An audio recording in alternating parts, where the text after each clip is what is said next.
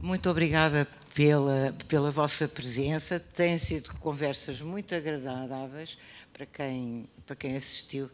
Olha, está ali alguém a dizer adeus. É para mim? Então está bem. Aqui estão umas luzes que ofuscam.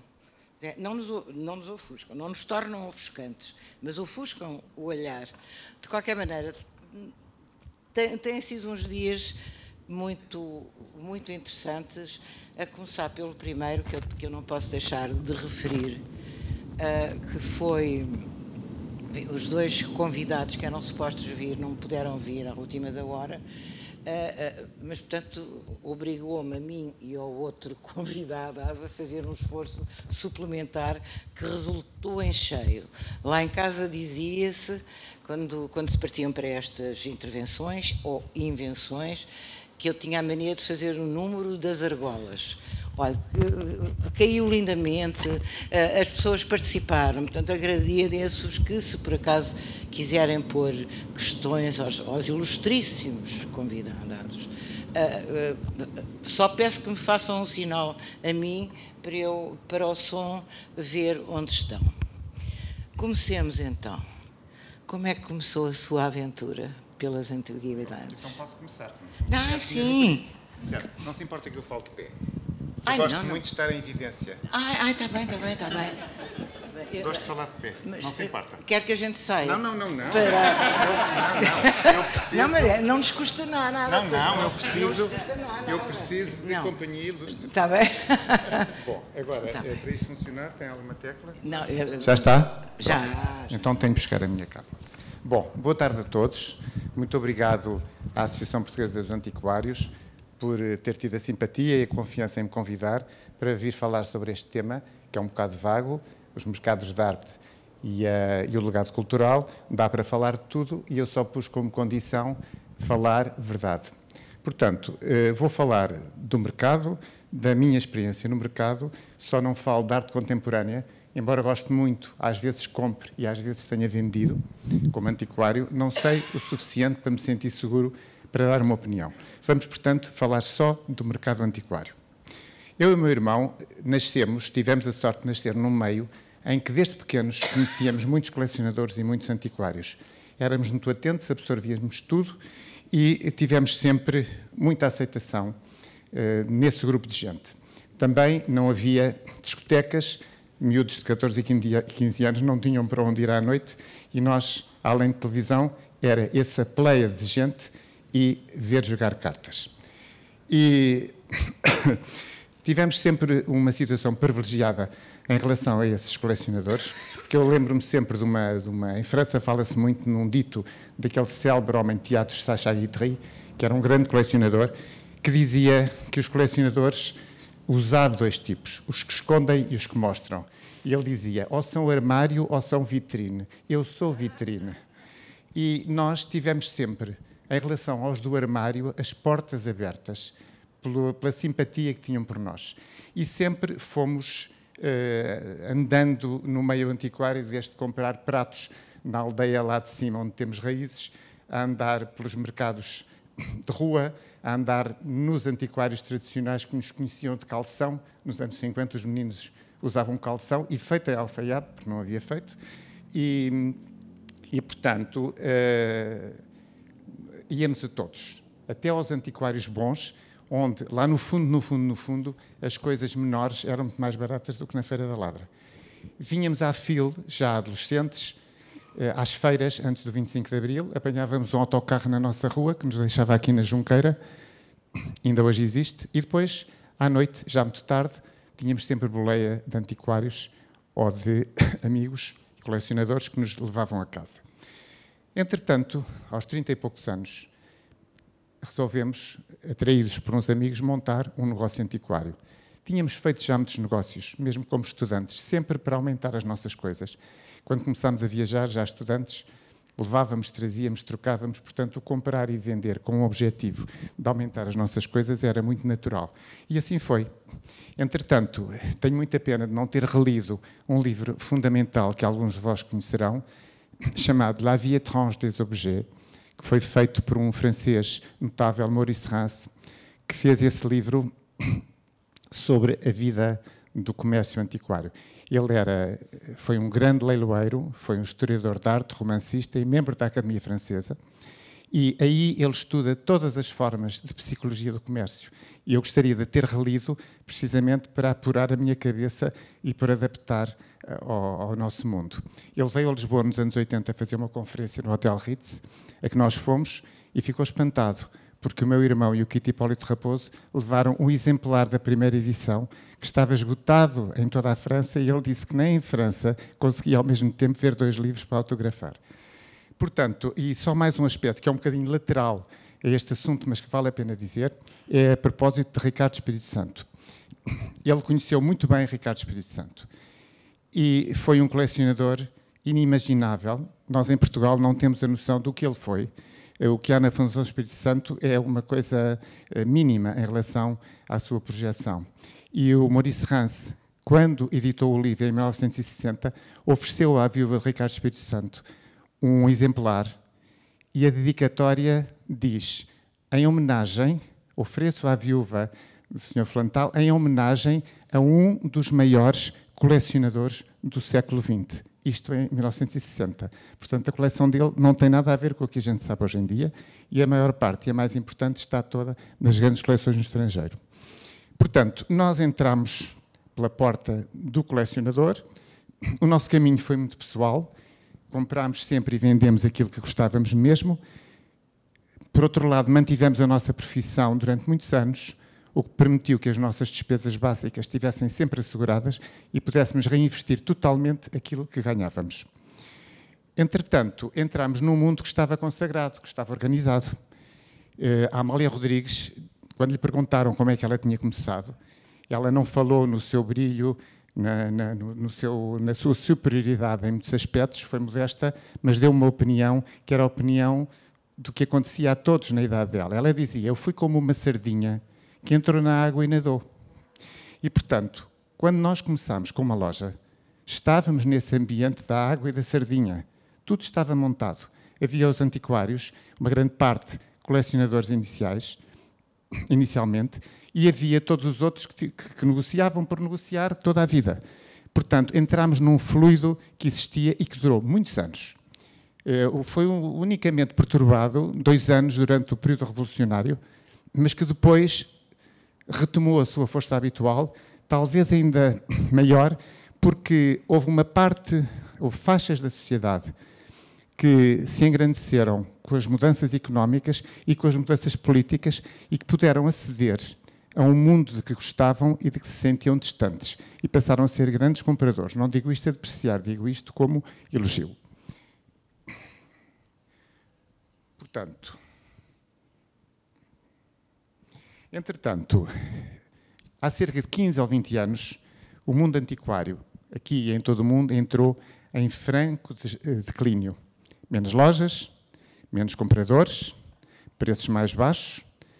Quem viaja e vá a Paris, a Londres, Roma, nota uma diferença enorme de número de antiquários. E, por exemplo, aqui há tempos estivemos em Turim, numa das ruas principais, que era uma rua de pujança extraordinária antiquária. Há 2 ou 3 antiquários bons e a maioria dos outros ainda mantém exposições, mas são antiquários barra decoração. Já tem almofadas, candeeiros, bijuterias nas montras, deprimente. Isto deve-se a quê? É muitíssimo falado,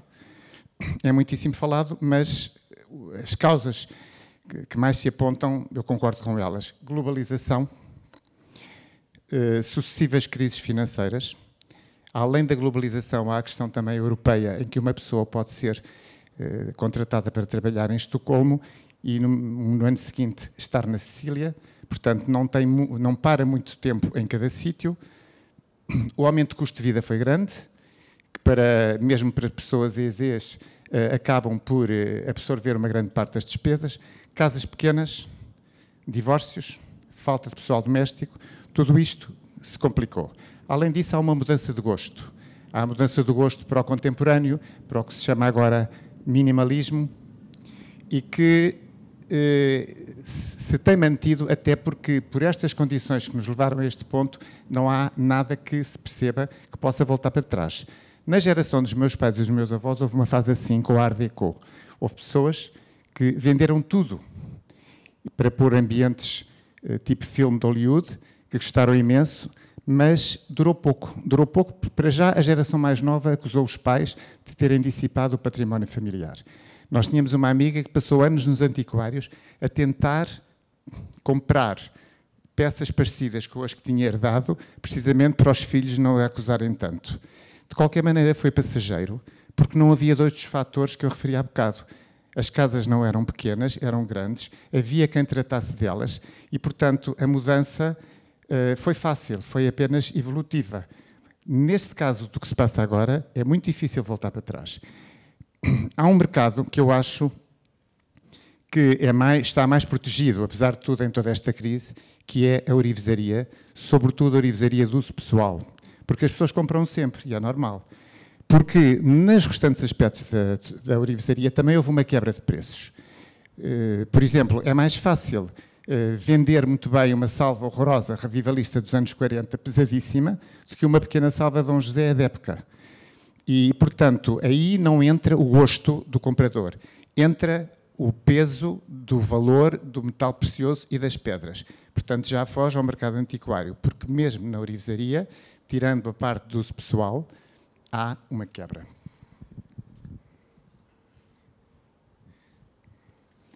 Lá fora, há um nicho que nós temos pouco cá, que é o nicho dos altos preços, da grande pintura, escultura e as chamadas works of art, que tem sobrevivido, em parte porque é um negócio muito sólido, que atravessou as duas guerras. Geralmente, a maior parte desses comerciantes são pessoas muito ricas, com uma estrutura de património muito forte e que, portanto, conseguem subsistir. É, aliás, também a única área das antiguidades, quanto a mim, o móvel do comprador não é o gosto pelas coisas. Há uma faixa que é a faixa de investimento, porque se vide esses valores, há muitas pessoas que compram essa área por unicamente uma questão de investimento. Há aquele célebre caso recente de um casal de japoneses que enriqueceu a partir de um táxi e que, já ricos, compraram um Modigliani famoso e lhe perguntaram se gostavam muito desse pintor. E eles disseram que nem o conheciam, só souberam que era muito valioso e vinha na capa do catálogo. Portanto, há uma faixa que não é propriamente interessada. Portanto, há uma faixa dessa zona que não tem nada a ver com a motivação tradicional. Há um outro aspecto que faz um bocado diminuir a clientela dos grandes estandes de pintura de valores elevadíssimos, é a questão do mecenato e a questão, sobretudo a nível americano, das pessoas que depois de enriquecerem gostam de compartilhar a sua riqueza com a sociedade. Fazia-se muito através da compra de obras de arte que ofereciam às instituições. Hoje em dia um bocadinho menos, embora continue. Preferem muito mais ajudar uma ala de um hospital, comprar equipamento médico, financiar um projeto ambiental. Portanto, os antiquários top de preços muito elevados têm essa pequena concorrência. De qualquer maneira, a vida continua. E, embora haja uma certa desaceleração, por exemplo, há pouco tempo eu vi em Maastricht um dos grandes stands de escultura, do maior sucesso, começar a ter uns quadrinhos de pintura muito boa, que não era nada a tradição deles, e não me parece que tenha sido por uma questão evolutiva, é por uma questão comercial. É muito mais fácil vender pintura que escultura. Outro antiquário também, sempre em Maastricht, pintura flamenga, tipo Bruegel, aqueles quadrinhos pequeninos, encantadores. Das últimas vezes tinham o Lúcio Fontana. Não tem nada a ver, mas é mais fácil vender, há mais refinanciamento. E outra coisa que também está a acontecer é grandes antiquários fazem um leilão de parte do seu acervo, muitíssimo bem feito, com um catálogo esplendoroso, cientificamente correto, que apresentam com diversos pretextos, ou uma fase da sua vida, ou um corpo de objetos, ou pinturas todas relacionadas, e já houve vários de escultura, houve outro extraordinário de pintura italiana, século XIV, XV e XVI.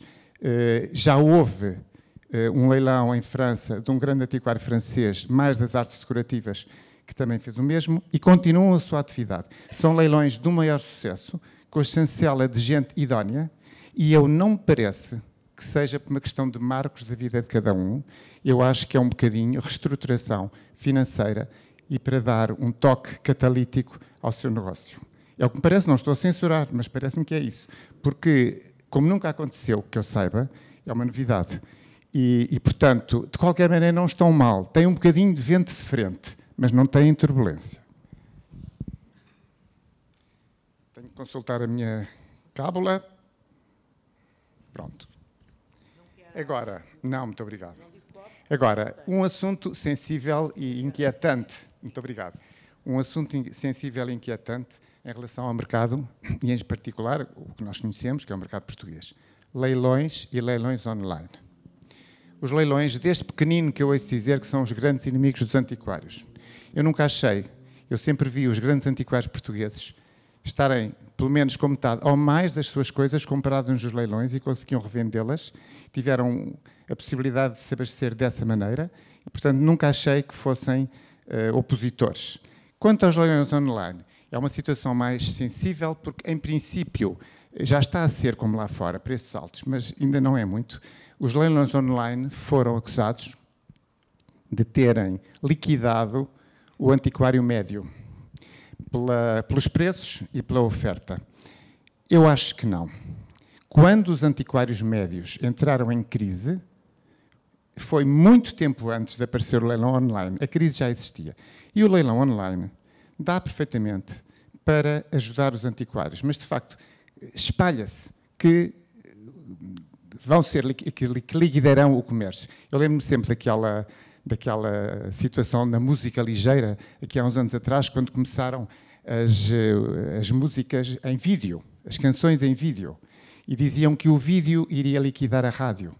Até há aquela música que toca todos os dias, Video Kills the Radio Star. É o mesmo com os leilões online. Não mataram a rádio, nem vão matar as lojas. De qualquer maneira, é uma oportunidade extraordinária que têm para ter acesso a peças de todos os preços, a ter acesso ao que nós estamos a ver hoje em dia, e nota-se, sobretudo nos leilões online, casas inteiras que correspondem à última geração de pessoas que guardavam tudo e que ainda compraram mais e que neste momento os herdeiros ou elas próprias estão a colocar tudo no mercado. É uma oportunidade para colecionadores, para comerciantes poderem comprar. Além disso, temos que fazer justiça aos leiloeiros, porque, embora os preços sejam mais baixos e eles tenham que se reger por isso, porque vivem na oferta e a procura, eles esforçam-se nas peças mais importantes de manter um valor mais alto porque as peças merecem. E de facto, é uma situação difícil e que é necessário um esforço. Portanto, de qualquer modo, a propósito, só uma coisa corrente e engraçada, todos nós já passámos por feiras de rua. Eu às vezes vou a duas das melhores em Lisboa, que são, por acaso, uma ao pé da minha casa e outra ao pé do sítio onde eu trabalho. O estoque das bancas melhorou imenso e vem tudo do online. Portanto, não é assim tão mau. De qualquer maneira, eu acho que o antiquariado vai sobreviver. Há uma eterna motivação das pessoas, em qualquer época, em qualquer tempo, de juntar, de colecionar, de ter prazer com as coisas, de as substituir. E essa eterna motivação vai manter-se. É muito mais profundo, muito mais vibrátil, muito mais evolutivo que uma tatuagem. Portanto, vai continuar com certeza. E uma das coisas que nos revela que irá continuar é que as coisas importantes, quando eu digo importantes, não são necessariamente caras. As coisas fortes nunca ficam por vender. No entanto, acabou o tempo da sardinha que a Amália falava. Nunca mais vai voltar. Já não é um comboio em que nós entramos em qualquer estação, de que sabemos o destino e chegamos lá. Acabou, pelo menos nos próximos decénios. Nunca mais vai ser isso. A única saída civilizada, estratégica, importante, é o antiquário não ser como eu e o meu irmão fomos, diletantes, apaixonados, que só tínhamos para a máquina funcionar o suficiente. Não pode ser assim. A não ser que as pessoas tenham meios e proventos para se manterem sem isso. É preciso recorrer fundamentalmente às novas tecnologias, é preciso ter um bom site, redes sociais, feiras, contactos no estrangeiro, em rede. Se nós abrirmos o catálogo de Maastricht, pelo menos metade dos expositores não têm loja, é tudo by appointment. Eu acho que os antiquários têm que começar por aí. Por outro lado, é importantíssima a ligação com os museus. O meu irmão foi, uns anos, assessor do professor António Lamas no IPPC e se abriu-lhe as portas a todos os museus e o contacto com quase todos os conservadores. Para nós foi extraordinário, porque o contacto com eles é precioso, temos acesso às reservas, são pessoas entusiastas, temos aqui uma senhora que compreende isso, ali atrás da Isabel, são pessoas entusiastas que muitas vezes não têm tempo para estudar, porque como são muito poucos e há muito trabalho nos museus, acabam por não estar muito restringidos à sua coleção e mais uma ou outra que conhecem. O que é que nós temos a dar em troca? A intuição. Uma intuição que muitas vezes leva anos a treinar. Eu lembro que há tempos, ainda era vivo o senhor António Campos da Antiquália, com 90 e tal, que nos conhecia de miúdos, que há tempos pediu-nos que fôssemos ver uma coleção importante, tinha comprado louça. E nós fomos, e era importante, mas na ponta de uma mesa estava um prato, e eu disse, Sr. Campos, este prato, deixe-o estar aí, tem um reflexo que me incomoda. Ele não sabia bem porquê, e era falso, tinha a regra toda académica, mas não tinha tempo. E isso só a prática é que dá. Portanto, nós temos coisas a dar em troca aos museus. O Sr. Barreto, por exemplo, Orives, a última coisa que ele via a analisar uma peça era a marca. Porque a intuição, além do conhecimento, a intuição era enorme. A pessoa mais extraordinária que nós conhecemos nestes anos todos no museu foi a Sra. Maria Helena Mendes Pinto, que era uma pessoa que dava para estarmos a falar dela aqui até ao sol posto. Mas vou só contar um exemplo especial. Ela tinha, de conservador do museu, o método, a organização, a catalogação, o rigor, mas tinha ao mesmo tempo a paixão da coleção, não para ela, mas da coleção no abstrato. E tinha uma maneira de ser que podemos chamar uma crueza doce. Estava sempre a falar connosco, a perguntar o que é que havia. Um dia perguntou-me, o que é que tem comprado, o que é que comprou? Eu disse, Sra. Marilena, olha, comprei agora umas cadeiras, um par de cadeiras como aquelas que a senhora refere e fotografou no livro tal. Resposta dela, dessas toda a gente tem. Portanto, era assim, dava para falarmos muito nela. Portanto, outra coisa também que é importante e que em Portugal poderá começar é a proximidade dos museus com os colecionadores numa prática sem ser a visitinha para ver não sei o quê. Aqui há uns tempos fomos com uns amigos num grupo pequeno a Boston ver coleções privadas e ao célebre museu Peabody Essex, que gostamos muito, talvez o museu americano mais importante para Portugal. E numa manhã estivemos no museu com a diretora, que é uma senhora que vem muito a Lisboa, e depois de tarde fomos ver duas coleções privadas. Quando fomos ver uma das coleções, era um casal de idade, mas muito cintilante, estava a senhora do museu.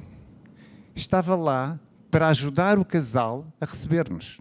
Isto é extraordinário, não vejo em Portugal que isto possa acontecer, mas se forem desafiados, eu acho que todos farão isso. Portanto, a ligação com os museus acho importante. Outra coisa também, que é um bocadinho lateral a isto, mas que interessa referir, é a nova geração de académicos. O mundo da cultura muitas vezes é acusado, com alguma injustiça, de se esperar muito a falar e a escrever. E eu compreendo, porque a formação do pensamento no meio cultural é muito mais difícil do que nas ciências exatas. Falar sobre um período de pintura ou sobre um género implica um número de elementos de análise muito maior, de natureza diferente, e que é preciso conjugar na proporção certa. E isto é muito difícil. E, portanto, o que eu noto é que, ultimamente, há uma pleia de gente nova académica que não estão nesse trabalho por causa do dinheiro que ganham e, sobretudo, os que eu conheço melhor são os do chamado Grupo Dom Teodósio, que é um grupo que estuda o testamento de Dom Teodósio, Duque de Bragança, do século XVI, que foi e que é atualmente a justificação para o esplendor que havia em Vila Viçosa, que para nós foi sempre um grande mistério, porque é um palácio daqueles no meio do Alentejo. Não. Tem-se chegado à conclusão que o brilho cultural e científico da época de Dom Teodósio foi de tal maneira que superava a Pléiade do rei, só tinha como rival, não digo rival, mas como complemento, em toda a península, os duques de Medina Sidónia. Curiosamente, Dom João VI, descendente de Dom Teodósio, casou com uma filha dos duques de Medina Sidónia. Portanto, este grupo são 25 pessoas que trabalham em renda extraordinária. Ainda mais uma coisa, o contacto com os museus até nos proporcionou vendas importantes não fomos lá com as coisinhas para nos comprarem, mas o estudo que lhes pedimos que nos ajudassem a fazer fez com que se enliassem nas peças e acabassem a prazo por as comprar. E é um prazer enorme nós irmos a alguns museus e ver coisas que nós vendemos. Além de prazer, é quase uma vaidade. Estou quase a acabar. A senhora moderadora, estou-me a exceder? A moderadora está encantada, desculpem. Muito obrigado. Estou-me a exceder. Desculpem, mas eu gosto desta retórica. Eu fiz lá em casa ontem tudo seguido e deu 45 minutos e hoje reduzi muito. É? Não digo isto com o microfone, que é para não ouvirem. Parecia que é espontâneo. Bom, entretanto, voltando ainda ao trabalho antiquário, eu acho que na tal ideia de que é preciso ser antiquário e empresário, é preciso frieza. É preciso que o antiquário saiba distinguir muito bem do que é bom, entre o que é bom e o que é muito bom. Porque só o que é muito bom tem garantia de venda um dia. Por outro lado, também, algumas coisas destas nós exercitamos, mas sem pensar que isto ia entrar neste estado. Era uma questão estratégica. Outra coisa que é importante é não se pautar pela moda. Não comprar demais. Porque somos uma pequena sociedade que não consegue consumir tudo. E nós olhamos à nossa volta e vemos o excesso que há de contadores indo-portugueses, de caixas de escritório, umas melhores, outras piores, mas imagens indo-portuguesas às vezes sem interesse, nambãs que não são os melhores. Está o mercado cheio e quem tinha que comprar já comprou. É possível ter menos e ter aquela coisa, mesmo que não se compre mais nada nesse ano. Outra coisa também que é importante, é saber coexistir com a crise política. A crise política perturba mais o comprador do que a crise económica. Nós tínhamos uma loja no Príncipe Real, muito grande, em que tivemos durante muitos anos 2 sócios amigos, e a nossa loja era uma espécie de clube, porque toda a gente lá ia, os amigos, os colecionadores, como havia muito espaço, ninguém perturbava os negócios de ninguém, e, portanto, havia grupinhos por todo o lado. Quando havia eleições, 15 dias antes, mesmo que soubéssemos que a eleição seria ganha por Cavaco ou por Guterres, já se sabia, não aparecia ninguém, nem os amigos todos os dias. Portanto, é preciso contar com isso, porque a política perturba imenso. Também... É o statement do dia. Ficou lindo. Muito obrigado. Nada. Muito obrigado, esta senhora é muito generosa. Além das qualidades todas que a gente lhe conhece, ainda tem mais essa. Bom, portanto, coexistir com a crise política, não meter na cabeça aos clientes que estão a fazer um grande investimento. A única investimento, a única perspectiva de investimento que pode haver é no profissional, tal como na Bolsa. Estas coisas, sob o ponto de vista de investimento, é só para os profissionais. Os particulares não podem pensar nisso. Têm que pensar se podem, se não podem, se gostam, se não gostam. Quanto melhor comprarem, mais garantidos estão. Depois, a relação pessoal com os clientes, que isso não é preciso dizer. Até com a senhora que vende fruta, a gente vai àquela e não vai à do lado, tu gosta mais dessa. Portanto, mas é muito importante também. Outra coisa também importante é que temos de ter a noção que no mercado europeu mais forte, França, Reino Unido, Alemanha, até Norte de Itália, há uma sociedade, há uma classe média alta, que é fundamentalmente quem compra na totalidade dos antiquários, talvez exceto na tal faixa alta que falámos há bocado. Essa gente consegue, mesmo com crises económicas, fazer viagens superas. Em Portugal, não. Há menor crise económica, em Portugal, a classe média alta, em 24 horas, passa à classe média e deixa de comprar. Portanto, também tem que se ter em conta essa circunstância. E agora, para terminar, estas conversas têm como base o legado.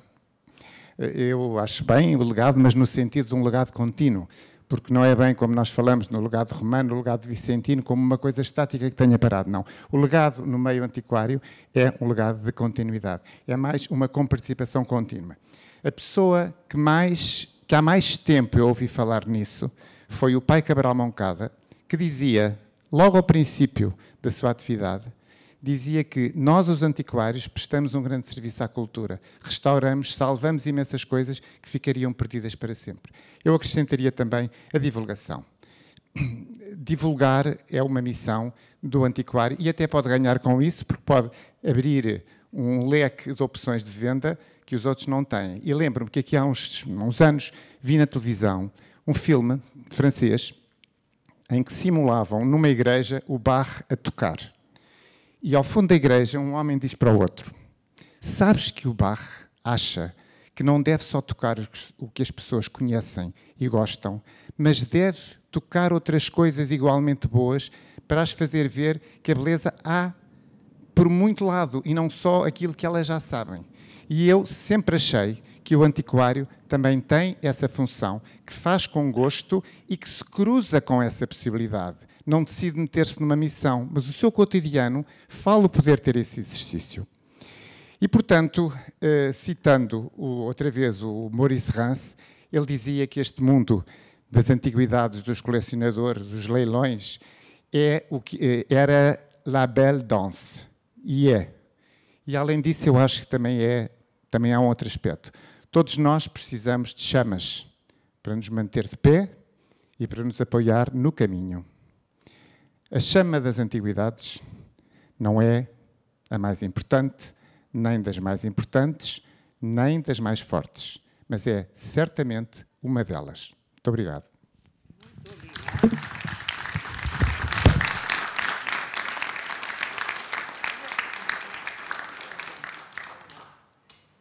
Eu não resisto, desculpem, não estava à espera, este trio de personagens maravilhosos que estão aqui e que, por sorte, vão ter tempo de dizer que boa noite, pelo menos. Não estou a meter consigo. Mais 10 minutos. 40 minutos. Mas são todos, vêm todos, têm todos a chancela da Faculdade de Direito. Os três. Mas este nosso amigo agora rompeu um bocadinho e partiu para a sociologia, para não dizer a político-sociologia, coisa que me deu uma imensa satisfação. Também sou mais velho e mais sabido. Não é por isso. Em relação às coleções, eu vou contar uma história, se me permitem, mas curtinha. Como eu deixei de gaguejar como gaguejava. Quando eu digo curto, é curto, não dobro as sílabas. Uma vez eu estava em França e vi uma reportagem muito anunciada no segundo canal da televisão francesa de uma ida à prisão de não sei quantos entrevistar o ladrão que finalmente se tinha encontrado de imensas telas dos grandes museus da Europa. Sobretudo França, Alemanha e Itália. E ninguém o conseguia apanhar. Até que um dia o curador de um museu, creio que dinamarquês, que sempre que vinha a Paris visitava as bancas do Rio, viu numa delas um quadrinho assim muito pequenino, como podia ser o Bruegel, custou daquilo, o preço era dado, o vendedor não sabia o que era, ele disse: desculpe, mas onde é que arranjou este quadro?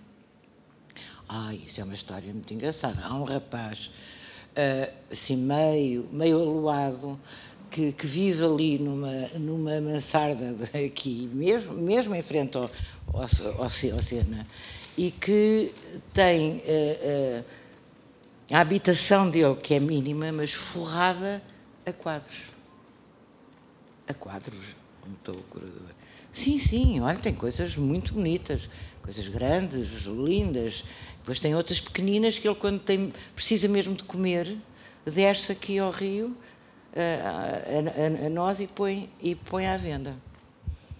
O curador ficou interessado, pediu-lhe a morada, subiu e encontrou as telas todas de que os museus, os mais importantes museus europeus, andavam doidos à procura de quem as tinha roubado e delas próprias. Bom, foi preso.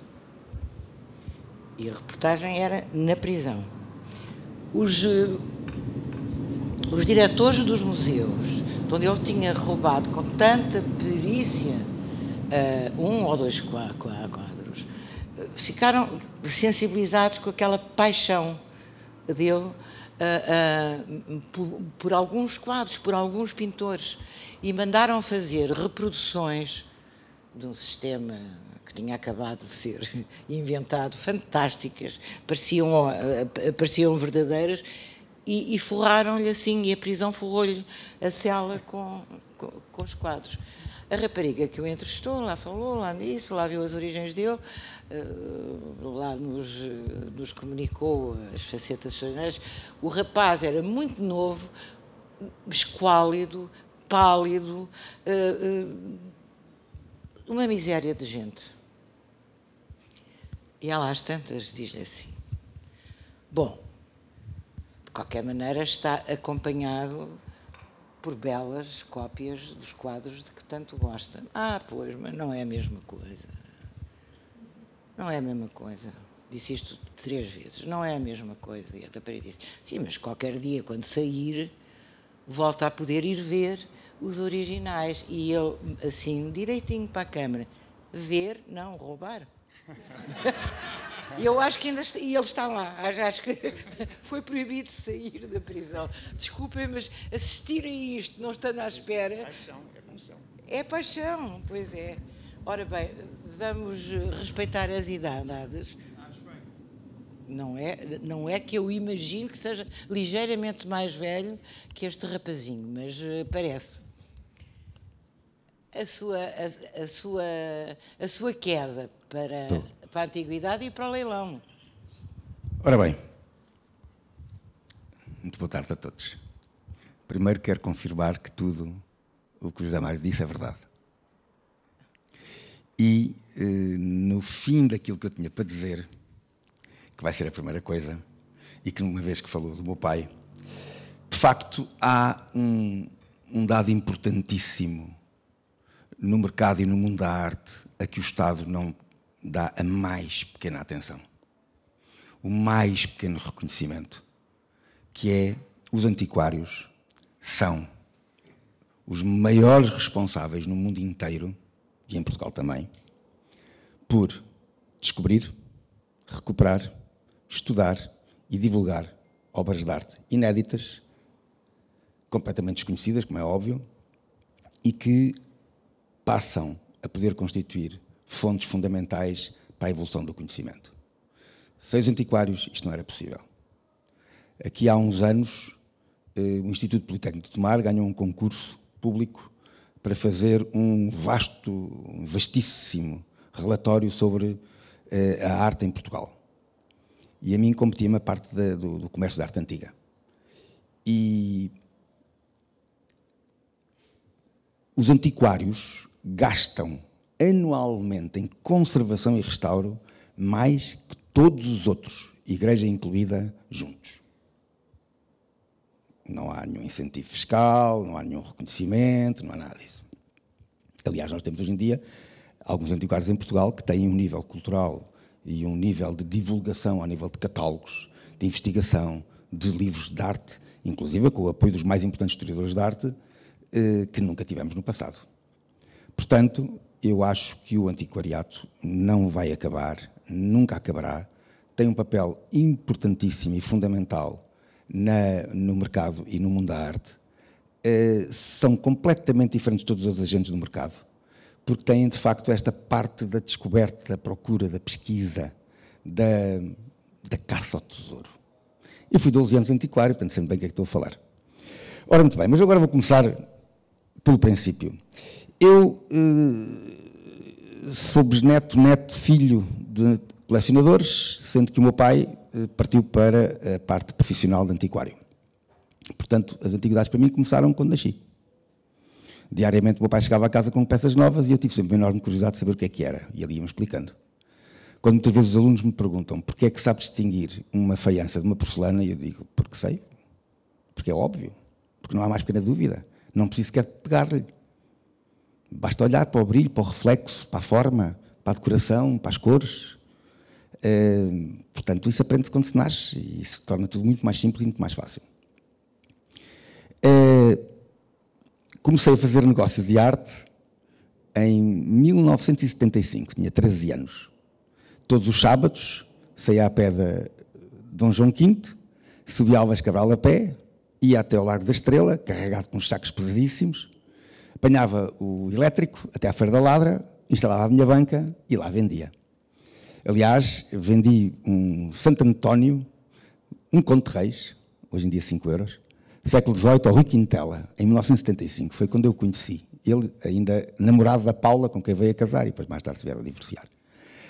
Portanto, isto já são muitos anos. Fui continuando, depois em 1980 decidi estudar Direito, fui para Coimbra, mas logo em 84, com o meu irmão Francisco, abrimos o primeiro antiquário. E fomos antiquários durante 12 anos, aliás, esta feira diz muito, porque estive aqui e há bocado encontrei a Mia Teixeira da Mota, com quem tivemos aqui os dois, mais sobretudo a Teresa Torres.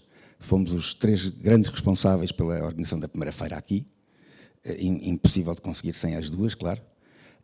Eu era mais da parte do trabalho, ela dos contactos e dos conhecimentos, e de facto isto é um espaço fantástico e imbatível. E de facto a direção da APA continua de parabéns, continua a melhorar e cada vez mais, então o nosso auditório desta vez ainda é melhor do que o ano passado e de há 2 anos e de há 3 anos, este é o melhor de todos. Ora, muito bem, vou olhar para a minha cábula que fui elaborando aqui à medida que o José Mário ia falando e tenho algumas coisas importantes para vos dizer. Primeiro, estou completamente de acordo com ele que o mercado mudou drasticamente. Vou-vos dar só um número muito simples. Durante uma década que eu trabalhava com Londres, ia a Londres todos os meses, uma semana, e cheguei a viver em Londres, a Christie's de South Kensington, que é a chamada Christie's dos pobres, fazia 250 leilões por ano. Portanto, é mais do que um por dia útil. Ou mais coisa, menos coisa, um dia por dia útil. Fechou em 2005, porque em 2004, acho que são mais ou menos estes anos, só tinha feito 51. Portanto, 20%. Isto explica que é a transformação do mercado de arte. E esta transformação, na minha opinião, e em Portugal então isso é muito notório, e é um problema para os antiquários, mas há solução, como é óbvio, ou pelo menos há possibilidade de continuar a avançar, que há uma enorme transformação no gosto e na vontade dos compradores. E aconteceu em Portugal uma coisa que nós não estávamos habituados, é que de repente as elites deixaram de comprar, como compraram durante praticamente todo o século XX, arte antiga, e começaram a comprar arte do seu tempo. Que é a coisa mais natural do mundo. A arte só existe porque há encomenda, produção e consumo da arte contemporânea de cada ano. Porque senão não havia arte. Se eu só estivesse a comprar coisas romanas, não se tinha feito nada no Renascimento, nada no maneirismo, nada no Barroco, nada no Neoclássico, por aí fora. Portanto, é um retorno ao que é lógico. E isso tem que ser compreendido que não volta para trás. E eu acho que não volta mesmo para trás. Claro que há, e sempre haverá, o cultor da arte antiga, o colecionador da arte antiga. Mas hoje em dia, com a clara diminuição média da cultura, isto é, há mais cultura em geral, mas nas elites a cultura baixou. Portanto, democratizou-se. Aquilo que os antiquários mais importantes de fazerem, e os mais importantes antiquários em Portugal fazem-no bem, é a parte cultural. É a parte explicativa. É quase como dar uma lição. Eu tenho este objeto, mas por trás deste objeto está uma história longuíssima. Não é deste objeto em concreto, é da lógica que levou à produção deste objeto. E isso é fascinante. Porque por trás de um objeto eu posso construir um livro de 50 páginas. De cada objeto. Porque, de facto, os objetos são o resultado de uma evolução histórica, cultural, de consumo, de hábitos diários e de produção artística, obviamente, se calhar primeiro disso tudo, de cada período. E, portanto, há imenso para dizer sobre isso. E, felizmente, nós temos hoje em dia níveis elevadíssimos, inclusive com catálogos fantásticos, livros de arte fantásticos, honra seja feita aos antiquários e imbatíveis nessa matéria. Portanto, eu acho que esse é o combate. O combate é explicar muito bem explicadinho às pessoas a importância de cada objeto. O que é que ele significa? Porque é que ele existe? Porque é que foi produzido? Porque é que foi consumido? Porque é que foi pensado? Por aí fora. O que é que ele representa? Portanto, esta parte cultural e de informação é vital. E, aliás, uma das coisas que nós aqui vemos nesta feira é precisamente isso. O que nós temos aqui é um acervo de objetos muito bem escolhidos por cada um dos que aqui estão, dos antiquários que aqui estão, e depois, na maior parte dos casos, com um elaborado estudo e apresentação do resultado desse estudo. Precisamente para atrair, precisamente para interessar os potenciais compradores em comprar o bem. Portanto, eu acho que havendo muito menos antiquários, aqui é ao contrário, havendo muito menos antiquários, o nível elevou-se muito mais. Quanto aos leiloeiros, eu sempre convivi com leiloeiros antes de ser leiloeiro e sempre convivo com antiquários depois de ser leiloeiro. Portanto, não tenho problemas nenhum desses. Acho que são duas funções completamente distintas no mercado de arte e que se completam e não é previsível que alguma delas deixe de ser necessária. O antiquário tem um tempo diferente e uma lógica diferente na abordagem dos objetos. O leiloeiro, e agora digo infelizmente para mim, tem um problema que é de timings de cumprido, que ter um catálogo pronto a tempo e horas e, portanto, ter que acelerar o processo de investigação. Mas sei que às vezes conseguimos que o objeto mais importante vá para um leilão posterior, mas obviamente há ali um pressing que em teoria os antiquários não terão. E, portanto, esta convivência é perfeitamente normal, natural, acontece em todo o mundo, mas reconheço que na minha geração, portanto, nos últimos 40 anos, houve uma clara alteração da lógica e das, se calhar, até percentagens e proporções do mercado, e foi precisamente essa análise na primeira metade dos anos 90 que nos fizeram a nós, o Bourbon Francisco e eu, a perceber que se queríamos poder crescer mais e crescer até às dimensões que fosse possível, teríamos que ser leiloeiros e não antiquários. E, portanto, de facto, há essa lógica. Mas vou-vos confessar, e vou passar aqui a mão, aqui o microfone a este jovem antiquário, que tanto tem uma perspectiva diferente da minha, que tenho muitas saudades de ser antiquário. Tinha uma vida, uma liberdade, um entusiasmo, uma caça ao tesouro, que como leiloeiro claramente não tenho.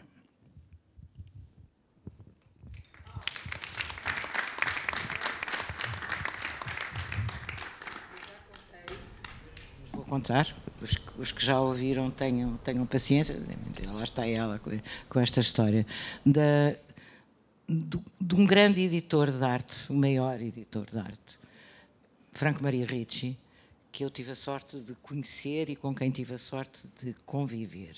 Era simultaneamente também um grande colecionador. E era um homem muito simples, muito fácil de se estar com, o arcaólico furioso. Ele era também, e vivia, dizia ele, das receitas de ser gráfico, para o Scala, para as cozinhas chique, enfim, fazia as promoções para a Itália. O Franco Maria Ricci começou de uma maneira que eu não vou voltar a contar, mas também tem a maior das piadas, e pronto, já estava como grande editor e grande colecionador. E quando eu o conheci, ele já dominava o panorama da edição, estava-se a desfazer da revista, da FMR, mas era conhecido por ser um grande colecionador. O Museu de Arte Antiga fez, não sei se viram, convidaram-no para ele vir cá, e ele raramente cedia as peças da sua coleção, ou algumas peças, mas cedeu e vinha muito contente. E a propósito de um gosto que ele tinha, que era dele e que não é de todo o meu, sou absolutamente insensível, sou sensível à história que esteve na origem daquele busto, daquela personagem, mas os bustos não são uma coisa que me apaixonem. E um dia estávamos no Museu de Parma e o Franco... Ai, desculpem. Olha, onde é que está? Peço imensa desculpa, eu tinha a certeza que nem tinha trazido. Olha, Isabel, podes-me despedir? Não? Olha, se estivesse a trabalhar para mim, eu despedia-te. Isto é tão perigoso. Isso é perigoso.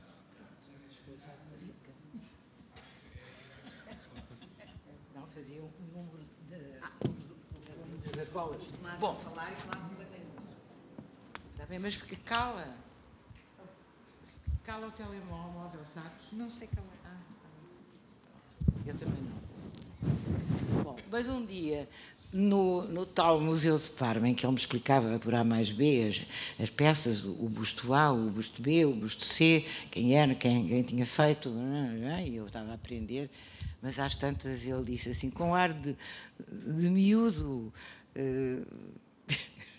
assim, Maria João, deste, os nossos são melhores. Arrumou o museu. Não se coibiu da alegria, da paixão que ele tinha pelos bustos e por estátuas na mais variada ordem, e eu achei tão simpático aquilo e tão demonstrador da paixão que ele tinha pelas suas próprias peças, que não vou continuar, vou querer ouvi-lo assim. O jovem antigo... porque não quer? Podia dizer, olha, à minha maneira jovem, eu vim, aceitei porque não sei o quê, mas não quero, vou-me embora. Quase. Parabéns, vá. Boa tarde a todos. Eu estou aqui numa posição um bocadinho, não quero dizer ingrata, mas quase, ao pé do José Mário e do Miguel. Eu acho que a fotografia daquilo que é, neste momento, o mercado e o antiquariado em Portugal está muito bem feita. Consigo. Comigo também. Pois. Está bem. Inevitavelmente. Consigo também, claro. São duas figuras muito proeminentes no mercado e têm perspectivas diferentes daquilo que foi o mercado durante muito tempo, daquilo que é o mercado atualmente. E eu talvez, se tivesse um condão que não tenho, podia dizer o que é que vai ser o mercado. Mas não tenho esse talento e é um tema que me assusta um bocadinho. Eu, para contextualizar, estudei com o filho do Miguel, portanto, aqui podemos ver aqui o intervalo geracional que existe, 3 gerações? Que existe aqui. Os três já agora, vá. Os três realmente temos a ligação do direito e o amor àquilo que são as coisas belas, aquilo que é a arte, a cultura, o estudo por trás das peças e a investigação e esta caça ao tesouro que o Miguel falou. E bem, que é um bichinho que está dentro de nós e que é difícil de controlar, e isso é que também nos move e nos faz andar para a frente. Obviamente já foi dito aqui hoje e também noutras conversas que tivemos nos últimos dias, que o mercado em Portugal, agora do ponto de vista do antiquariado, não é um mercado fácil. Os incentivos são poucos ou nenhuns, talvez nenhuns, e os obstáculos e as barreiras que se criam, tanto na legislação como na própria economia, dificultam ainda mais aquilo que é uma missão já por si difícil. Eu aterrei neste negócio em 2018, portanto eu nunca soube o que era o negócio do antiquariado sem estar em crise profunda. Digo isto numa feira de arte que está a correr bastante bem a toda a gente pelo que tenho conversado, e portanto é uma crise que é sempre relativa, mas eu nunca conheci o mercado de outra forma. E portanto sempre me posicionei, quando abri o meu antiquário, numa perspectiva muito cautelosa, não só pela limitação financeira que tive, obviamente, quando abri, que eu tinha 25 anos, e também por causa disto mesmo, que aquilo que eram peças que tínhamos a certeza absoluta, ou que teríamos a certeza absoluta que estavam vendidas ou que se venderiam com facilidade, deixou de existir praticamente. O colecionador é uma espécie em vias de extinção. O colecionador não é aquele que compra objetos e os agrupa, porque há muita gente que se intitula colecionador, e o colecionador acaba por ser escravo da sua própria coleção e tem que ter objetos que até talvez nem goste, mas faz parte, porque estuda um determinado período ou porque coleciona determinado tipo de peças. E essa figura do colecionador está muito em extinção. E, portanto, aquilo que se vende, ou aquilo que continua a ter uma certa procura, são as peças com que as pessoas, no fundo, se identificam e que gostam de ver nas suas casas. E aqui entra aquilo que o José Mário disse, e bem, daquilo que viu lá fora, antiquários a desvirtuarem-se um pouco, porque são obrigados a cederem-se àquilo que é a moda, àquilo que se vende, àquilo que é procurado. Porque nós, antiquários, não temos, ou temos uma maneira de subsistir, ou então isto também tem que ser um negócio visto com uma certa frieza, como qualquer negócio, e fazer decisões difíceis e fazer contas de somar e de haver. E, portanto, a parte comercial e das vendas continua a ter um papel fundamental naquilo que é a gestão do nosso dia-a-dia. E este tipo de decisões de compra de peças, de escolha das peças, de descoberta das peças, também é muito influenciada por isso. E isso realmente é uma das coisas que mais desvirtuou aquilo que era a figura do antiquário em Portugal. Isto é aquilo que é a minha perspectiva relativamente a isso. Eu acho que o futuro, e o Miguel disse bem, isto é um negócio que não morre. Não morre porque os antiquários não deixam morrer. E porque o mercado não deixa morrer, os agentes principais do mercado não deixam morrer. E as leiloeiras e os antiquários têm um papel, obviamente, fundamental nisto, e eu concordo inteiramente com o Miguel. De facto, nós, os antiquários e os leiloeiros, complementam-se totalmente. Nós abastecemos-nos muitíssimo nos leilões, e isto não é nenhuma... Antigamente havia uma certa, daquilo que me contam, havia um certo pudor de a pessoa ver, mas isto esteve em leilão, ou isto, qualquer coisa. É um facto. Não acho que hoje em dia já não há este estigma de teve em leilão, eu sabemos por quando saiu, etc. O antiquário que investe num quadro, e as pessoas têm que compreender isto, num quadro, numa cómoda, ou no que seja, faz um investimento financeiro, tem um impacto de capital durante X tempo até vender a peça, gasta dinheiro a restaurá-la e, portanto, obviamente, tem que ter uma margem de lucro, senão o negócio deixa de ser um negócio. E isto passa a ser um museu. Como não temos Estado para isto, para haver museus destes, nem nada que se pareça, ou quase, isto continua a ser um negócio. E, portanto, sendo um negócio... O antiquário já não tem que ter qualquer tipo de... não tem que ter e não tem, acho eu, atualmente. Qualquer tipo de problema em comprar num leilão e ir vender posteriormente. E, portanto, são duas figuras do mercado que se completam totalmente. Inclusivamente, o antiquário que esteja num período mais complicado e tenha que realizar alguma liquidez, pode, inclusivamente, e faz até com frequência, colocar algumas peças em leilão. Ou coisas que já não se identifica tanto, ou coisas que até têm demasiado valor, ele não conseguiu vender e vai tentar a sua sorte num leilão, e muitas vezes com resultados muito positivos. As leiloeiras fazem um trabalho importante de divulgação das peças, quase sempre superior àquilo que é a capacidade de divulgação do antiquário, não só pela escala da quantidade de peças que transacionam, como pelo tamanho da, entre aspas, máquina que é uma leiloeira hoje em dia em Portugal. E, portanto, as peças depois podem atingir outros públicos, outros mercados, outros países que, de outra forma, provavelmente não aconteceria. Estas feiras são importantes para isso também, claro. É uma maneira dos antiquários mostrarem um bocadinho aquilo que foi o trabalho feito no último ano. Muitos de nós guardamos peças especificamente para trazer à feira. E, no fundo, isto é uma mostra daquilo, do melhor que os antiquários conseguem reunir para apresentar aos diversos públicos. Públicos esses que não só são de Lisboa ou de Portugal, como de outros países, que tem sido eu acho que é sempre uma surpresa agradável para nós, e eu digo isto também enquanto parte da associação, que é o número de estrangeiros que frequenta a feira e que visita a feira aumenta anualmente, continua a aumentar. Não só os que vivem, como os que vêm visitar.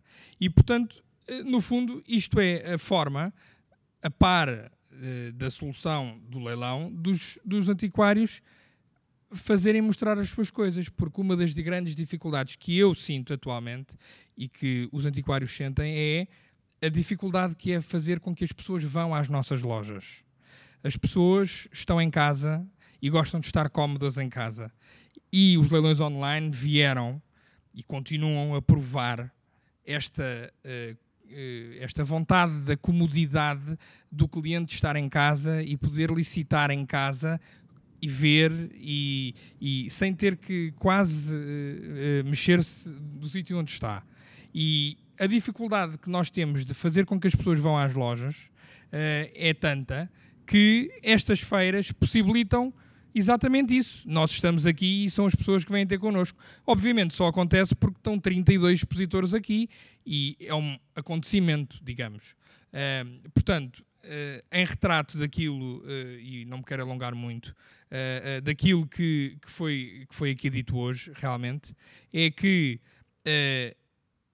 nós continuamos a motivar e a patrocinar, entre aspas, aquilo que é o trabalho dos restauradores, aquilo que é o trabalho dos historiadores. Há uma máquina que gira à volta deste mercado que é desconhecida pela maioria das pessoas. E nós patrocinamos isto e vimos todos os anos, batalhamos para que os nossos negócios sejam rentáveis, para que continuamos, ou para que possamos a continuar a descobrir peças inéditas e fantásticas, para que consigamos continuar a preservar aquilo que é o património cultural português, que é riquíssimo e que muitas vezes é negligenciado, e portanto temos esta, entre aspas, missão e é o gosto por isto que nos motiva diariamente a lutar contra todas estas burocracias que cada vez são mais complicadas, dos formulários, das licenças, de tudo o que envolve o negócio e ter uma loja aberta e transações e branqueamentos de capitais, etc. É esta vontade e este gosto que permite que muitas famílias sejam alimentadas, que permite que tudo isto aconteça e que o património, no fundo, continue a ser protegido, divulgado, conservado e apresentado às pessoas que gostam de o ver e que visitam a feira diariamente. Muito bem.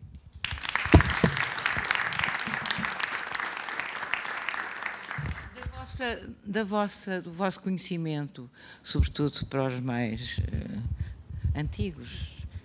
Mas aqui há uma senhora velha, há uma velhinha, como eu digo à minha neta, velhinha.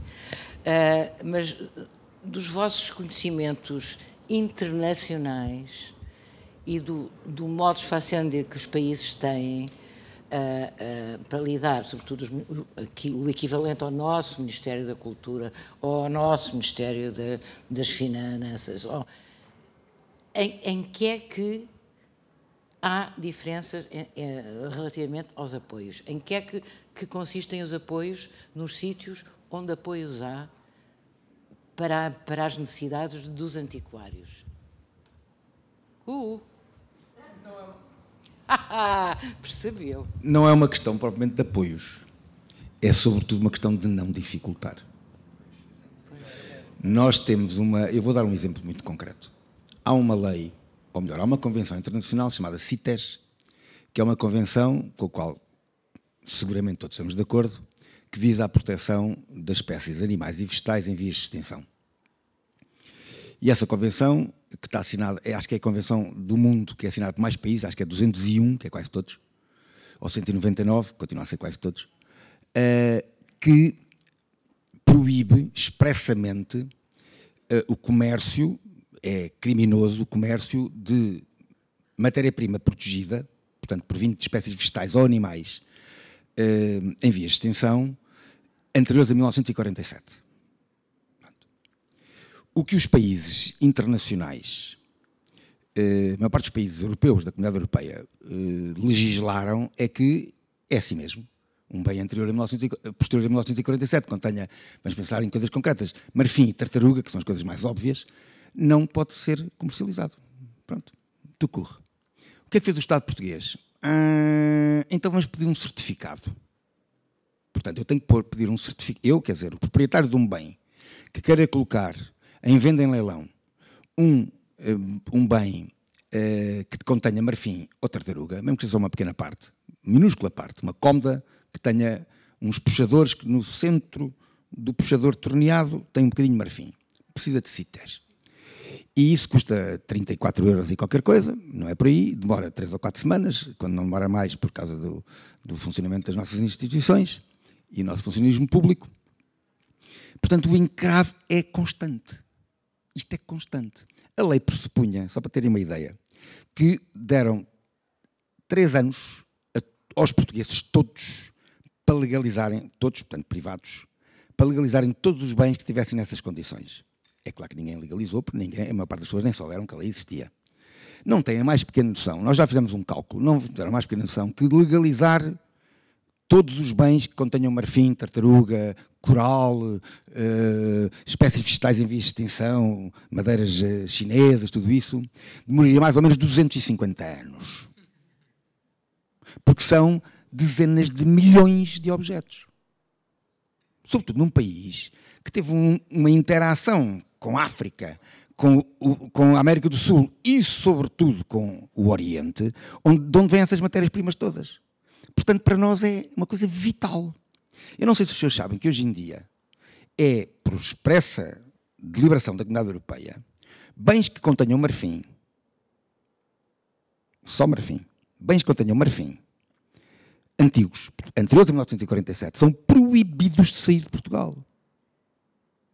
Não há circulação na Comunidade Europeia de bens com marfim. Isto é de uma... Bem, não vou qualificar, não vale a pena, está explicado. O que é que um bem, já não vou dizer romano, não vou dizer gótico, mas o que é que um bem indo-português do século XVII, tadinho do elefante, coitadinho, já morreu, não há qualquer dúvida, parece que naquela altura até era bom que morressem, porque havia uma epidemia, uma praga de elefantes em África, mas não interessa. O que é que isso tem a ver com a atualidade?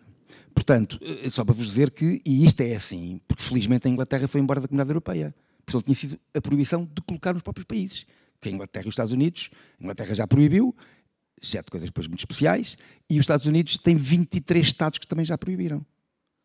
Portanto, só este pequeno aspecto, num país em que o marfim é uma matéria-prima fulcral, vejam a feira, se tiverem tempo, até depois da manhã, contem as peças de objetos que estejam aqui com marfim. Então, milhares, só aqui nesta feira, milhares de objetos com marfim.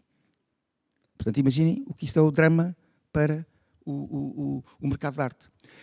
Pior ainda, é que como os proprietários, agora, o problema do antiquário, do antiquariado, que é muito pior que o das leiloeiras, como o antiquário compra, era preciso que o vendedor tivesse pedido o certificado. Como não pediu e vendeu, o antiquário não pode pedir o certificado porque ele não é o proprietário original. Portanto, aquela venda já é considerada ilegal pelo Estado. No caso dos leiloeiros, como as peças são sempre dos proprietários, nós, em nome do proprietário, que assina uma declaração que nos dá autorização para isso, nós podemos pedir os sítios. Nunca conseguimos resolver isso. E pior do que... Ou pior não... complementando isto, um proprietário que peça, não é um proprietário, exato, alguém que peça um certificado de sítios de uma peça só pode fazer uma vez durante a vida. Pronto, agora pelos vistos diz que o Miguel é uma vez por ano. Pronto, não interessa, mas antigamente não era. Era uma vez. Portanto, toda a gente que tinha peças de marfim ou punha todas as peças e gastava, quem tivesse, pronto, muita coisa, gastava um dinheirão, punha todas as peças ou então nunca mais podia pedir um certificado de sítios porque era rejeitado, porque já tinha feito, já tinha tido a sua oportunidade de certificar as suas peças. Pronto, pelos vistos agora é uma vez por ano. Só comparando, a diferença é que em França não é preciso nada. Se por acaso a peça é por 1947, é posterior a 47, é-se preso. Pronto, mas pelo menos a solução é mais drástica. Em França é-se preso. Em Portugal, se for anterior a 47, também não acontece nada. Portanto, isto no fundo é uma máquina do Estado para financiar, porque há muitos certificados de CITES a serem emitidos. O Miguel falou que tem 30 e tal euros, mas normalmente tem que se pedir com urgência, custa 50 ou 54 ou não sei o quê, porque senão podemos estar meses à espera de um certificado que não chega. Os telefones não atendem e eu não quero transformar isto numa crítica ao serviço público, mas quer dizer, se tentarem ligar para o CITES, eu dou este desafios a tentarem ligar para o ICNF e pedir a linha do CITES, e vão ver que a chamada cai constantemente, e o horário é até às 4 da tarde, se não estou em erro. E, portanto, isto realmente são barreiras, dificuldades constantes àquilo que é o nosso trabalho, das leiloeiras e dos antiquários. Mas já agora, como os objetos de marfim não vão deixar de existir, isto incentiva uma coisa chamada mercado negro. No mercado negro acontecem 2 ou 3 coisas dramáticas. Primeira coisa, quem gosta de arte não tem acesso ao conhecimento dos bens, porque eles não aparecem no mercado de arte. Número 1. Número 2, quem paga os seus impostos e tem empresas abertas e tudo isso, como os antiquários ou as leiloeiras, vêem-se privados de poder fazer essa transação. Número 3, o Estado também não cobra os seus impostos. Portanto, não beneficia ninguém. E só beneficia quem quer fazer mercado negro. Portanto, o problema não é incentivos. Não me parece sequer possível que o Estado vá dar um incentivo aos antiquários porque restauram, ou porque conservam, ou porque recuperam. Eu falei não é fácil. em apoios. Agora é não dificultar. Agilizar as formas, claro, as coisas de forma a que seja normal o funcionamento do negócio e das coisas, claro, fluírem normalmente. E pedem regularmente, ou uma vez na vida pediram, como era o caso dos marfins e das outras declarações, chegar à fala com os responsáveis, o Ministro da Cultura, por exemplo, ou o Ministro da Economia, ou o Ministro não sei qual. Nós tivemos um gravíssimo problema em 2015, quando o Governo decidiu legislar, e não foi o Governo, Passos Coelho, uma nova lei sobre a marcação das pratas. Eu vou explicar muito rapidamente. O Estado fez uma legislação em que dizia que qualquer objeto de prata, de qualquer época, que tivesse um teor inferior ao teor legal de 2015, era ilegal. Portanto, a custódia de Belém ficou ilegal, ou não tivesse marcado. Portanto, a custódia de Belém ficou ilegal, o tesouro da Sé de Braga ficou ilegal, o tesouro da Rainha Santa ficou ilegal, tudo ficou ilegal. A coisa foi de tal gravidade que se formou, aliás, a gênese da APA também está num ataque que o Estado, nos anos 80, fez para pôr em prática a história dos CITES, quando o Estado português assinou a Convenção CITES, um senhor secretário de Estado chamado Macário Correia, meteu-se numa carrinha, entrou no Rato, correu a Escola Politécnica e aprendeu todos os bens que tivessem marfim. Na altura não havia nenhuma legislação específica, não se podia pedir nenhum CITES, não havia organismo preparado para isso, portanto uma coisa completamente sem pés nem cabeça, acabaram por devolver tudo aos antiquários. Nessa altura os antiquários formaram uma associação chamada Associação Portuguesa dos Antiquários. Penso que sabem o que é. Em 2015, o ataque foi sobre o problema das pratas, foi de tal maneira que os leiloeiros fizeram uma associação chamada APLART, Associação Portuguesa dos Leiloeiros de Arte. Portanto, o Estado está sempre na gênese destas coisas. Nós conseguimos, conjuntamente com mais 7 associações ligadas aos produtores de prata, aos penhoristas, aos vendedores de prata, aos ourives, aos produtores, aos importadores, tudo isso, conseguimos uma famosa reunião no Conselho de Ministros com a senhora secretária de Estado, na altura adjunta, que depois veio a ser Ministra da Cultura, e ela, onde eu estive presente nessa reunião, e os antiquários também tiveram, onde a APA também esteve, e estavam 7 ministérios convidados. Economia, Finanças, Indústria, Comércio, por aí fora. Houve um dos 7 não foi. Cultura, tal e qual. Disse isto com uma tristeza. Isto é dramático, isto explica, claro, o que é que a cultura acha do mercado de arte. Nada, não tenho mais nada a dizer. Teve tudo a dizer e disse. E eu tenho muita pena de muitas vezes querer vestir-me de preto. Não foi o caso hoje. Agora, para perceberem, a lei foi mudada e passou a ser só para bens com menos de 50 anos. Em França era bens a partir de 1900, em Portugal agora, todos os anos, só mais um ano, é bens com menos de 50 anos. Para trás é completamente indiferente se o bem tem o teor legal ou se tem menos 1 ou 2 milésimos de teor de prata ou de ouro. É completamente indiferente. O tesouro da Sé de Braga tem um bocadinho menos de teor. Ninguém está preocupado com isso. Outro dos problemas, que o Miguel saberá com certeza, é o transporte dos valores, que é uma coisa que é de chorar a rir. Não, quer dizer, nós todos estamos ilegais porque nós transportamos as coisas num carro, numa carrinha. Este regulamento exige que quando se transportem bens, eu agora não tenho certeza, acho que pois, 15 mil euros, acima de 15 mil euros, somos obrigados a contratar uma carrinha de transporte de valores. Ora, e são as carrinhas que transportam o dinheiro para os ATMs. Não só o custo era incomportável, como não cabem lá dentro. Não cabem lá dentro. E, portanto, uma coisa de 15 mil euros para uma leiloeira é uma coisa quase comum. Ou para um antiquário, pronto. São coisas comuns. Portanto, o regulamento é tão... e agora ia dizer um disparate que não vou dizer, mas o regulamento é tão mal feito e tão inadequado e feito por... enfim... que vai ao ridículo dos bens não caberem dentro da carrinha onde são obrigados a serem transportados e onde, obviamente, não há capacidade financeira para contratar uma carrinha de valores para levar o que quer que seja constantemente. Na altura, a direção da Apelarte fez uma simulação e contactou as 4 empresas que existem em Portugal de carrinhas blindadas. E o transporte agendável mais perto demorava entre 6 a 8 semanas. Portanto, mas se o particular nos trouxer o bem, esse não tem problema nenhum. Só se formos nós, antiquários ou leiloeiros, a trazer o bem. Um particular pode trazer à vontade. É como ao cofre. Que tragam. Somos obrigados a ter cofres de grau 3, que já acabou o cofre. Pronto, mas éramos obrigados a ter um cofre grau 3. Olha, ainda bem que me diz, que fico contentíssimo. E então não obrigavam, o regulamento não especificava qual era o tamanho do cofre. Portanto, qualquer pessoa podia ter um cofre pequenino, que não cabia nada, e fechado, e que era o que as pessoas tinham. Era na embalagem, nunca os abriram, só para cumprir o requisito da lei. Pois, os vossos testemunhos não são...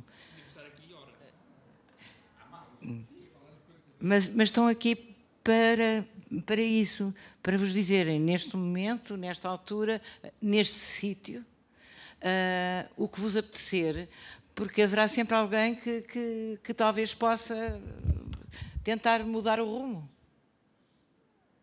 Eu, por exemplo. Eu há 25 anos tenho uma longa luta com a Direção-Geral do Património. Há uma lei, por sinal muito bem feita, uma lei de base do património, que estipula a existência de bens classificados. O que é que são bens classificados? Muito rapidamente, são bens que são tão importantes para a cultura nacional e para a identidade portuguesa e da cultura nacional e da arte portuguesa, que o Estado considera que não podem sair do país e estão adstritos a uma série de restrições. Portanto, são bens verdadeiramente importantes, que estão na mão de particulares, e sobre o qual o Estado, caso o particular o queira transacionar, o Estado tem direito de opção. Há uma listagem. A lei diz que a listagem tem que ser pública, mas o Estado nunca a publicou e nunca a publicará. Ou melhor, publicará, não sei se não publica. E eu sempre que me dão um microfone para a mão, e adoro quando estão os ministros da Cultura e os ministros e os secretários de Estado da Cultura, faço sempre este pedido, publiquem. Porque, de facto, eu não é como leiloeiro que quero saber o que é que as coisas estão. É como historiador de arte e como investigador. Se as peças são tão importantes, eu preciso de as conhecer para os meus estudos, para as minhas investigações. Todos nós precisamos de as conhecer. Está na lei que a publicação é implícita até hoje. E eu regularmente, lá me lembro, volta e meia, de mandar mais um requerimento a pedir que me mandem então o documento, até hoje. Sabem. Sabem, isso é que é mais extraordinário, sabem? Porque nós somos avisados imediatamente quando colocamos um bem. Portanto, eu vou à casa de um privado. O privado tem um bem que está classificado. Pode haver 3 hipóteses. Número 1, ele não sabe que está classificado. Ele do avô e a classificação foi em 1950, portanto não tem mais pequena ideia que está classificado. Segunda hipótese, ele sabe, mas não se lembra de me dizer. Não acha que seja significativo. Terceira hipótese, sabe e não quer dizer. Pronto. Portanto, nós colocamos em leilão sem saber de nada. E, imediatamente, passado uma semana, recebemos um ofíciozinho das ações de patrimónios aqui que o bem está classificado e, portanto, está o abrigo disto, tal. Tem e fiscalizam. E ainda bem. Essa parte honra-lhes seja feita. Isso não me vou pronunciar. São contradições ao mesmo tempo entre o ritmo de uma atividade e o ritmo do ritmo que a verdadeira atividade devia ter. Surpreende-me muito. Eu devo-vos dizer, e espero que, se estiver aqui alguém das outras conversas que não leva a mal, dada a minha profunda ignorância do ponto de vista mesmo de intimidade com a antiguidade. Eu nasci em África e talvez por isso mas aprendi muita coisa em África que me serve para gostar da arte europeia hoje em dia. Muita coisa. Com as máscaras, de facto, imensa coisa. Na música, com os... bom, já vos digo, aquele instrumento que parece... Mas tem outro nome em Moçambique. Mas assim, os marimbeiros de Zavala. Exatamente. E com a dimensão, mas sobretudo, descobrir que o belo não é classificável. O belo tem que convocar o olhar, e é o olhar de quem olha para um objeto que vai dizer se é belo ou não. Há uns que, obviamente, ultrapassam e que depois têm um estatuto já de história consumada. Mas o belo pode ser uma colher de virar a massa, o pirão. Ou uma tacinha em madeira. Ontem alguém disse que a ignorância portuguesa, no geral, sempre com as devidas referências aos presentes excetuados, que uma vez alguém quis vender um móvel em Pau Santo, e no catálogo, que era em inglês, em português e em inglês, dizia em Hollywood. E eu dei o exemplo do cinema, de um filme dos Beatles, que, portanto, talvez meados dos anos 70, não sei, que se chama Love Come Back to Me, e a tradução em todos os jornais era Amor, salta-me para as costas. E havia imensas coisas. Ora, esse tipo de ignorância generalizada, eu acho que melhorou bastante. Digam o que disserem. A democratização da escola, que em muitos casos fez perder algumas qualidades, mas ajudou imenso. O que deixou de haver, ou talvez haja menos, mas eu acho que mesmo no meu tempo, que é anterior ao vosso, também não eram tantos os que sabiam, também não eram tantos os que colecionavam, também não eram tantos, isto agora especificamente de antiguidades.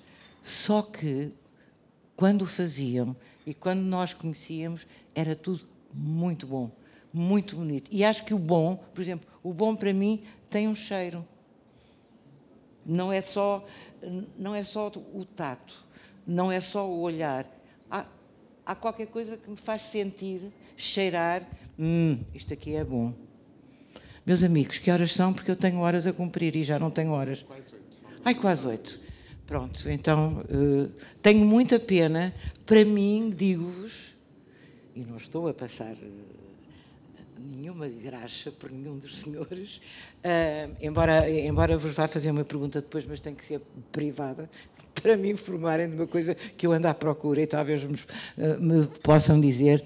Foi para mim, juntamente com a primeira do Manuel Reis, isso por razões de amizade e de conhecimento e de ter percebido que o Manuel Reis ultrapassou em muito o seu lado de esteta, mas com o seu lado de esteta ele fez Portugal, Lisboa, pelo menos, mudar de rosto, mudar de maneira de andar, mudar de maneira de falar. E isso a cidade deve. De resto, saiu daquilo logo uma delegação para pedir ao Presidente da Câmara, aos presidentes de todas as juntas de Câmara, que haja uma atribuição do nome do Manuel Reis ao sítio, porque esta foi a cidade que ele sempre amou. Muito obrigada por terem vindo. Garanto-vos que gostei muito de vos ouvir. Vou com o papinho cheio, assim se dizia lá em casa. Obrigada. Bons negócios, boas surpresas, boas caças ao tesouro.